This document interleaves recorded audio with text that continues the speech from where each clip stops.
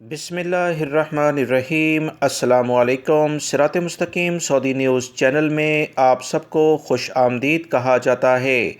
سعودی وزارت صحت نے وبائی مرض کرونا سے متعلقہ 3 نومبر 2021 کے لحاظ سے اہم ترین رپورٹ جاری کر دی ہے، جس میں بتایا گیا ہے کہ پچھلے 24 گھنٹوں کے دوران سعودی عرب میں 49 افراد کرونا کا شکار ہو چکے ہیں، 37 افراد صحتیاب بھی ہو گئے ہیں۔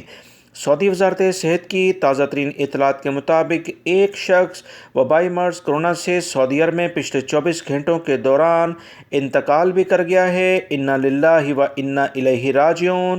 54 افراد کی حالت کافی زیادہ خراب ہے، ان کے لیے خصوصی طور پر دعا کی جائے۔ سعودی وزارت صحت سے متعلقہ تازہ ترین اپڈیٹ جیسی مزید آئیں گی آپ سے شیئر کی جائیں گی۔ ویڈیو لائک کر کے شیئر بھی کیجیے گا۔